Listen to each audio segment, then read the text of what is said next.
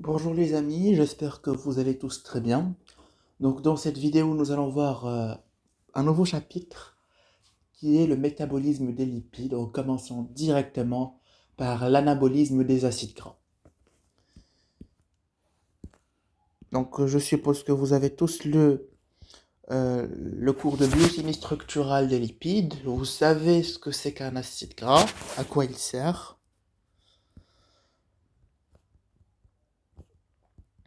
Lui aussi, il peut être une source importante d'énergie. C'est ce qu'on va voir dans le cours du catabolisme. Maintenant, on va s'intéresser uniquement à son anabolisme. Donc, les acides gras, c'est bien sûr des lipides. Et les lipides sont généralement ramenés au corps humain principalement par l'alimentation. Sauf que parfois, il y a certaines personnes qui ne mangent pas assez de lipides. Dans leur alimentation, elles se concentrent surtout sur les protéines et sur les glucides. Et donc, il y aura une synthèse importante endogène d'acides gras. Mais même les personnes qui consomment beaucoup de lipides, il y a toujours une partie mineure, une partie de synthèse mineure des acides gras. Donc voilà, ces acides gras sont généralement stockés au niveau du tissu adipeux, au niveau des adipocytes. Et pour pouvoir fabriquer un acide gras, il nous faut de l'acétylcoenzyme, la recette pour pouvoir fabriquer un acide gras.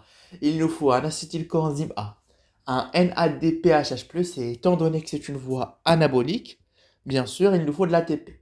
Donc, si je vous pose la question, la synthèse des acides gras, est-ce qu'elle se fait en période alimentaire ou en période de jeûne?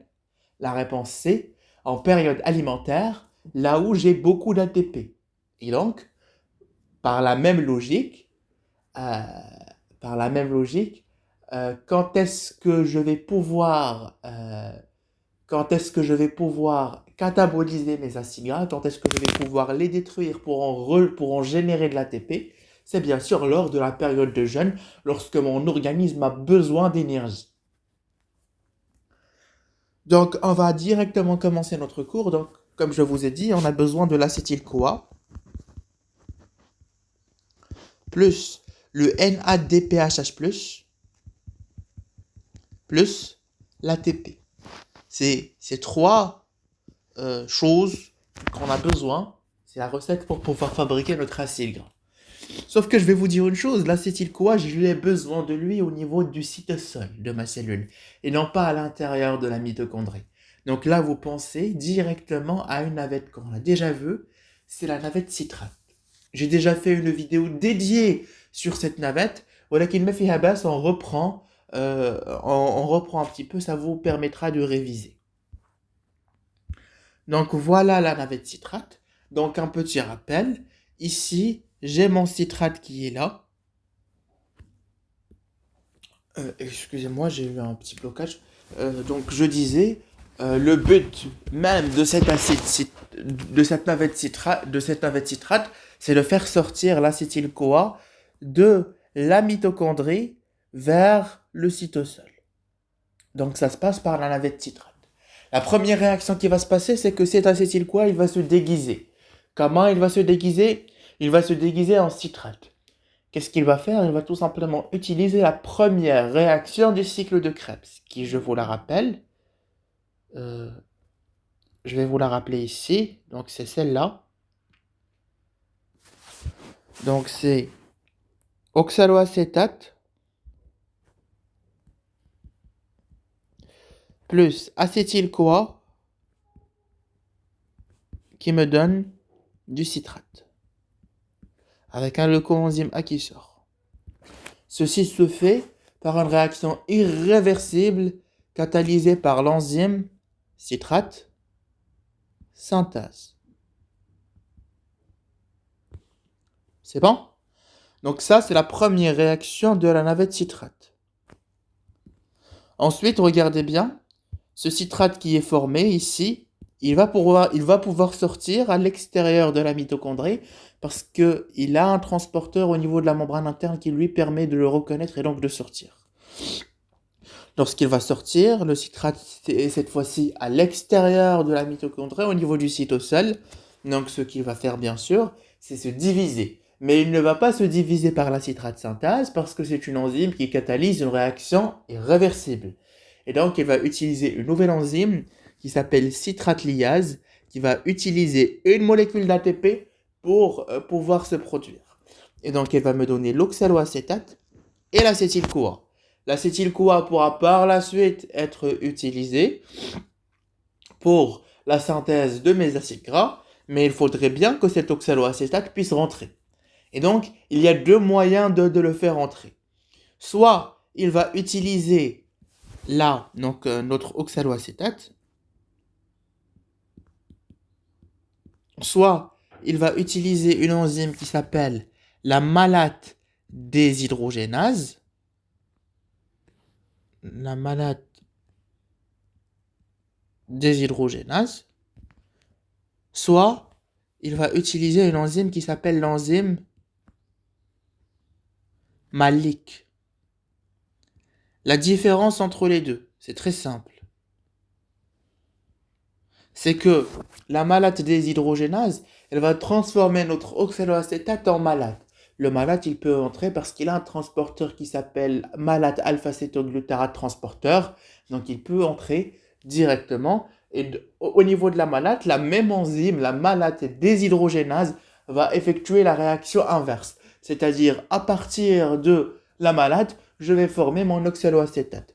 Ou alors, lorsqu'il va utiliser l'enzyme malique, il va se transformer en pyruvate. Le pyruvate peut entrer à l'intérieur de la mitochondrie et me donner l'oxaloacétate par l'enzyme pyruvate carboxylase qui est la première enzyme de la néoglucogenèse. Donc je répète, là j'ai mon oxaloacétate qui est là. Donc soit il va se transformer en malate par la malate déshydrogénase entrée par la malate alpha-cétoglutarate transporteur. J'aurai mon malate à l'intérieur de la mitochondrie. Il va pouvoir se transformer en oxaloacétate par la même enzyme malate déshydrogénase qui est irréversible. Et j'aurai un NADH+ qui était à l'extérieur de la mitochondrie, cette fois-ci qui a pu rentrer. Donc cette navette malate déshydrogénase permet aussi de faire rentrer, dans certains cas, le NADH+. Le deuxième moyen, c'est qu'il se transforme en pyruvate sous l'action de l'enzyme malique avec production de NADPH. Lorsqu'il va entrer sous forme de pyruvate, il va consommer normalement une molécule de GTP et se transformer en oxaloacétate sous l'action de l'enzyme pyruvate carboxylase. Les questions d'examen qui fâchent c'est très simple.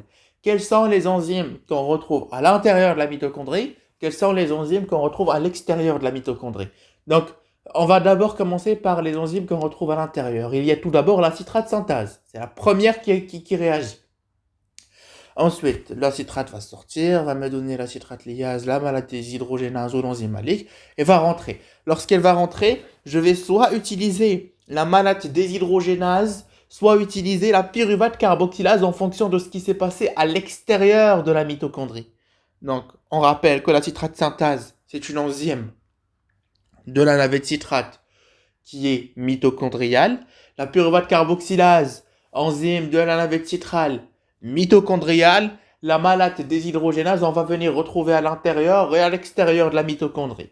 Maintenant, concentrons-nous sur les enzymes qui participent à l'extérieur.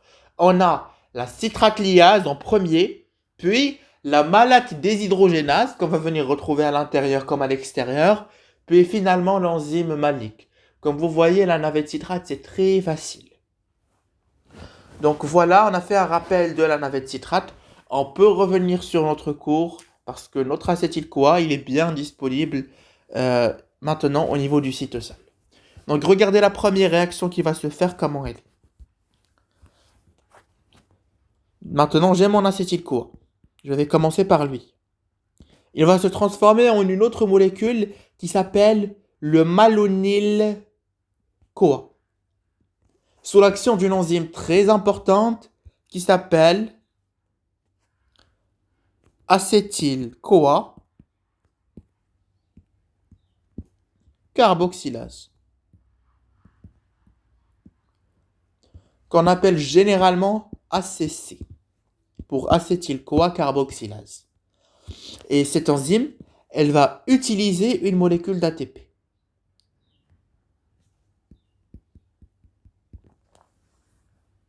Donc, on répète.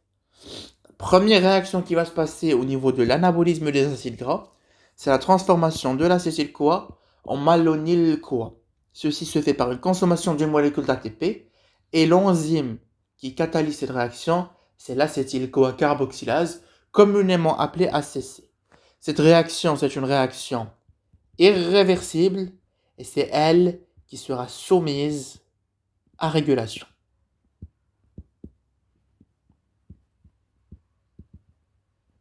On va voir la régulation d'ILA, comment elle se passe. Maintenant, j'ai mon malonyl-CoA. Ce malonyl-CoA, donc logiquement, étant donné qu'il y a une carboxylation, donc il y a aussi un HCO3 qui entre, je ne vais pas entrer dans les détails. Ça, c'est un composé à 2 carbones. Ça, c'est un composé à 3 carbones. C'est logique, c'est une carboxylation.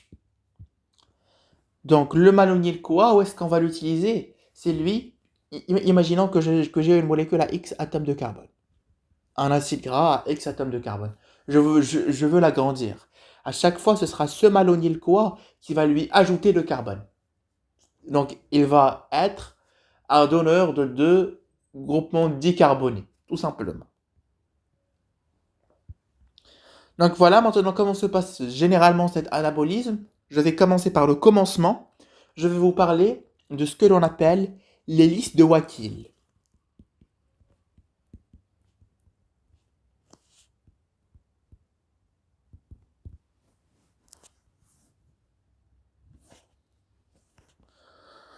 Ou alors le complexe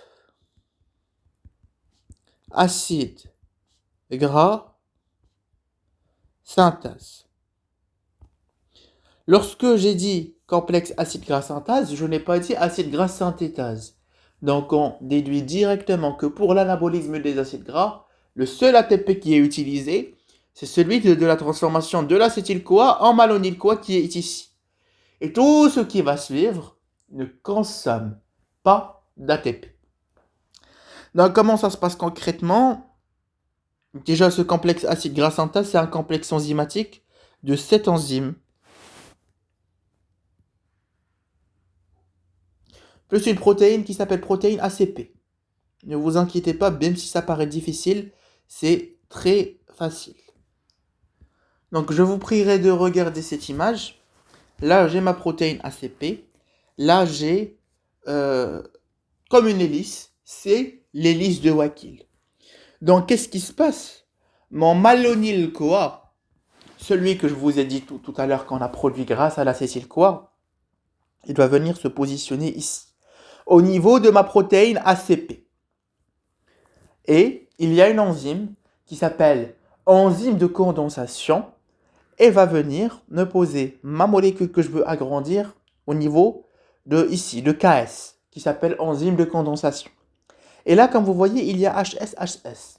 HS-HS, normalement, c'est 2 cystéines qui vont venir former un pont disulfure. Ce n'est pas une liaison covalente, c'est juste pour stabiliser les deux substrats, à savoir le malonyl-CoA, donc je l'écris, malonyl-CoA, et notre molécule à agrandir. Donc voilà, tout simplement. Lorsque la première molécule qu'on va agrandir, c'est bien sûr l'acétyl-CoA. Donc on va commencer par l'acétyl-CoA. Je sais que ça paraît difficile, mais c'est très facile. Regardez, donc je commence par l'acétyl-CoA avec le malonyl-CoA. Le malonyl-CoA, qu'est-ce qu'on a dit? À chaque fois, il donne deux groupements carbone. Donc il va se condenser avec l'acétyl-CoA pour me donner 4 carbones. Donc il y a eu ici une condensation. Ensuite, toute l'hélice, le seul rôle qu'elle aura, c'est de faire apparaître la fonction COH. Parce que si vous avez étudié la structure des lipides, vous avez su que la structure des acides gras, elle ressemble à ça. J'ai des CH3, CH2, CH2, CH2, CH2, et à la fin, j'ai un COH. Donc, tous ces enzymes, toute cette hélice, son rôle, ce sera uniquement de faire apparaître la fonction COH. Pour mieux comprendre, regardons cette image. Regardez. Donc là, on veut synthétiser l'acide palmitique, le palmitate. Qu'est-ce qui va se passer? Donc, on va commencer par le malonyl-CoA, qui va venir se positionner au niveau de l'ACP. Cette réaction-là de positionnement de l'acétyl-CoA au niveau de l'ACP, on appelle transacylase, et qui va nous donner le complexe malonyl-ACP. L'acétyl-CoA, la même chose, il va nous donner un complexe qui s'appelle acétyl-ACP par une transacylase toujours. Donc, c'est une transacylation. Ensuite, il y aura condensation des deux molécules. L'acétyl-CoA, c'est un composé à 2 carbones. Le malonyl-CoA, c'est un composé à 3 carbones. Lorsqu'ils vont se condenser ensemble, il y aura un carbone qui sort sous forme de CO2 et j'aurai créé un composé à 4 carbones. Les seules choses que vous devez retenir, c'est ça. Au départ, j'ai une transacylation. Ensuite, une condensation avec libération de CO2. Ensuite, regardez ce qui va se passer. Il y aura un NADPHH+ qui entre. Donc là, on a une hydrogénation. Ensuite, qu'est-ce qui se passe ici? Il y a eu une déshydratation. Ensuite, qu'est-ce qui s'est passé ici? Une deuxième hydrogénation par le NADPHH+. Ensuite, il y aura des élongations. Donc, la réaction qui va commencer à se faire. Et puis finalement, j'aurai une thiolestérase où ma molécule, le palmitate, sera libérée. Donc, dites-vous qu'à chaque tour d'hélice, il y a ces réactions-là qui se passent. Transacylation, condensation, hydrogénation, déshydratation, hydrogénation, et puis ma nouvelle molécule va venir se positionner à la place de l'acétyl-CoA. Puis elle va se condenser avec une autre molécule de malonyl-CoA pour me donner un composé à chaque fois. Au départ, on commence de 2 carbones par l'acétyl-CoA. Après un tour d'hélice, ça se transforme en composé à 4 carbones. Après un tour d'hélice, ça se transforme en composé à 6 carbones, etc., jusqu'à former un composé à 16 carbones, qui est notre acide palmitique, notre palmitate. Et le nombre maximal d'hélices qu'on peut former le nombre maximal d'atomes de carbone qu'on peut former par ce moyen-là est 16 carbones. Donc si on veut une élongation, si on veut augmenter la taille de notre molécule, ça va se faire d'une autre manière. Donc voilà, j'espère que vous avez compris le principe. Donc ce qu'il faut retenir, c'est l'ordre des réactions. C'est-à-dire qu'au niveau de l'hélice de Wakil, qui est le complexe acide gras synthase composé de 7 enzymes plus une protéine qui s'appelle la protéine ACP. Au départ, j'ai eu une transacylation pour venir fixer la protéine ACP, pour venir former le complexe malonyl ACP, etc. Donc j'ai eu une transacylation, puis j'ai eu quoi? Une hydrogénation, non, pardon, une condensation. Puis j'ai eu une hydrogénation par le NADPHH+ qui entre. Puis j'ai eu quoi? Une déshydratation.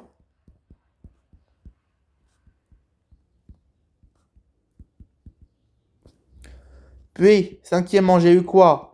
Une hydrogénation. Et voilà. Et puis, vers la fin, qu'est-ce qu'il y aura? Il y aura bien sûr notre composé qui sera libéré. Donc voilà, tout simplement, c'est ça en gros ce qu'il faut retenir. C'est uniquement l'ordre des réactions, pas les enzymes, pas les intermédiaires. Et donc au final, j'aurais réussi à former l'acide palmitique ou alors le palmitate, qui a un composé à 16 atomes de carbone. Maintenant, dites-moi, combien j'ai utilisé d'acétyl-CoA pour venir former mon palmitate? J'ai bien sûr utilisé 8 acétyl-CoA, parce que c'est un composé à 16 carbones, donc j'ai utilisé 8 acétyl-CoA. Mais comment? Je les ai utilisés de la manière suivante. Il y a eu utilisation directement de 1-acétyl-CoA qui s'est venu poser au niveau du cycle, de l'hélice, pardon. Et avec ça, qu'est-ce que j'ai eu? J'ai eu 7 acétyl-CoA qui se sont transformés en malonyl-CoA. Et à chaque transformation d'acétyl-CoA en malonyl-CoA, qu'est-ce que ça me donne? Combien d'ATP qui a été consommé? 7 ATP. Ça, c'est pour former le palmitate. Très bien. Maintenant, dites-moi, combien j'ai réussi à produire de NADH+, et combien j'ai consommé de molécules d'eau? Dans chaque tour d'hélice, je consommais 2 NADPH+. Donc, au total, combien j'en ai consommé? Eh bien, dans chaque tour, j'en consommais 2. Et je consommais une molécule d'eau. Et j'allongeais ma molécule de 2 atomes de carbone. Donc, au final, combien il y a eu de réactions? Est-ce qu'il y a eu 7 réactions ou alors 8 réactions? Venez, on va les compter. Au départ, j'ai commencé par l'acétyl-CoA plus un malonyl-CoA qui m'a donné un composé à 4 carbones.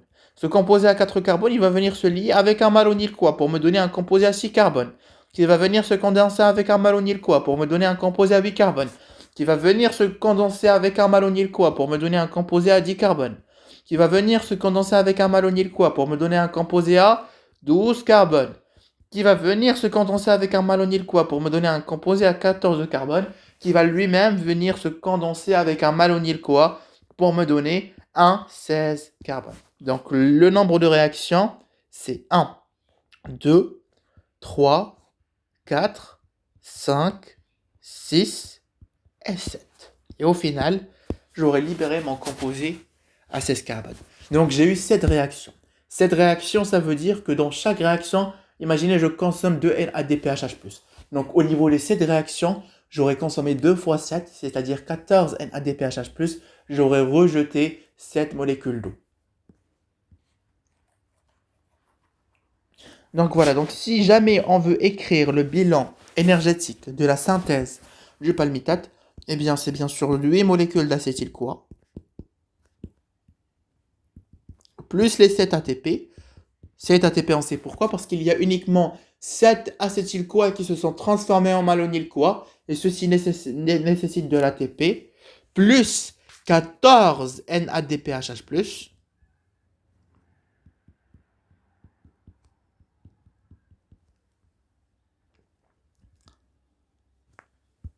qui va nous donner du palmitate,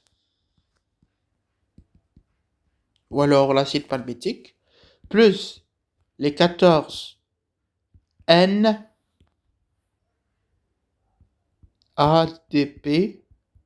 plus les 7 ADP, plus 7 PI.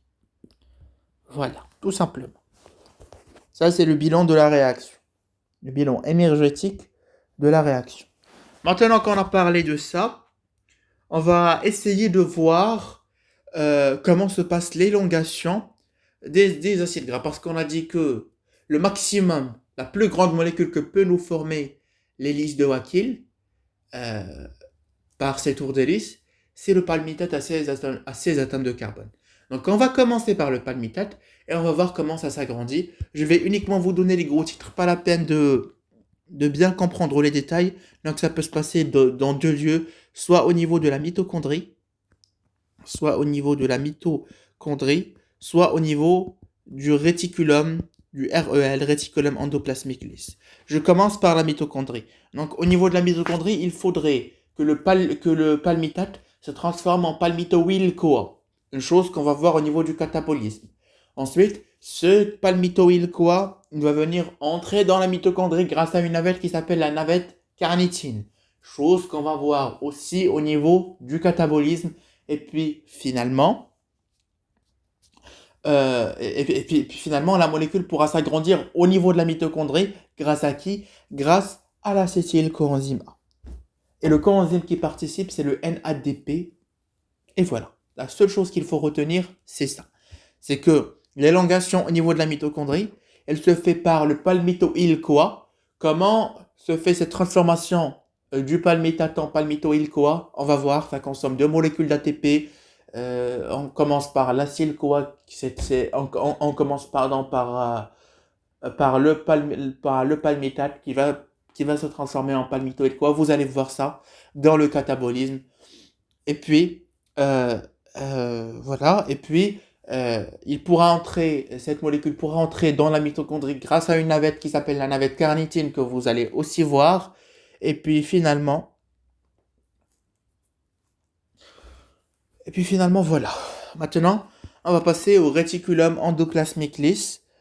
Donc, comment se passe cette élongation? C'est tout simplement, ça se passe au niveau du REL, grâce à une enzyme qui s'appelle élongase. Euh, et grâce au malonyl-CoA. Notre malonyl-CoA qui nous permettait d'avoir les élongations au niveau de l'hélice de Wakil, c'est elle-même qui va assurer l'élongation au niveau du REL. Donc voilà, maintenant on va parler de la désaturation. La désaturation, je vais utiliser une image que voilà. Donc je vous rappelle que le corps humain ne peut désaturer, c'est-à-dire faire des doubles liaisons que entre COH et delta 9. Delta 9, c'est-à-dire le 9e carbone après le COH. En commençant par COH. 1, 2, 3, 4, 5, 6, 7, 8, 9. Donc c'est ici. Je ne peux faire des doubles liaisons que ici. Et jamais entre delta 9 et la fin de la molécule et le CH3. Jamais, ce n'est pas possible. Si je veux avoir une molécule avec une double liaison ici, je dois obligatoirement l'apporter par l'alimentation et je vais l'utiliser pour la modifier ce sera le précurseur de d'autres molécules. J'espère que c'est clair. Comment se passe cette désaturation? Par tout simplement des enzymes qui s'appellent désaturase. Par exemple, ici, delta 6 désaturase, elle va venir faire une désaturation au niveau de delta 6. De manière très simple. Mais imaginons que je veux agrandir ma molécule.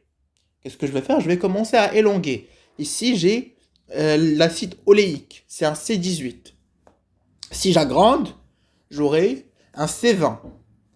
Donc, j'ai eu une élongation qui s'est fait soit au niveau de la matrice mitochondriale, soit au niveau du REL.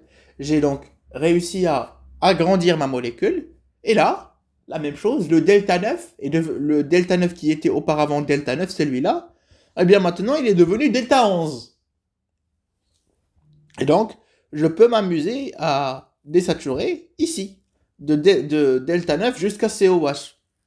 Et donc, je pourrais désaturer comme je veux, mais je ne pourrai jamais désaturer de CH3 jusqu'à oméga 6, tout simplement parce que notre corps humain n'a pas la possibilité de le faire.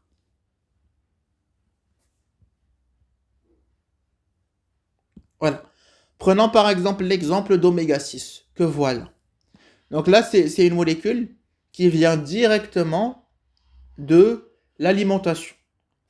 Et par la même manière, je vais pouvoir désaturer entre delta 9 et COH avec des désaturases, des enzymes désaturases. Et voilà.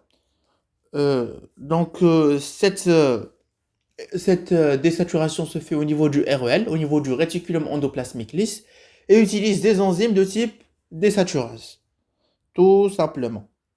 Donc il faut obligatoirement apporter les molécules de type oméga 6, parce que comme je vous ai dit, le corps humain ne peut pas allonger autre qu'entre delta 9 et COH. Et voilà, je pense avoir tout dit. Je vous remercie. Et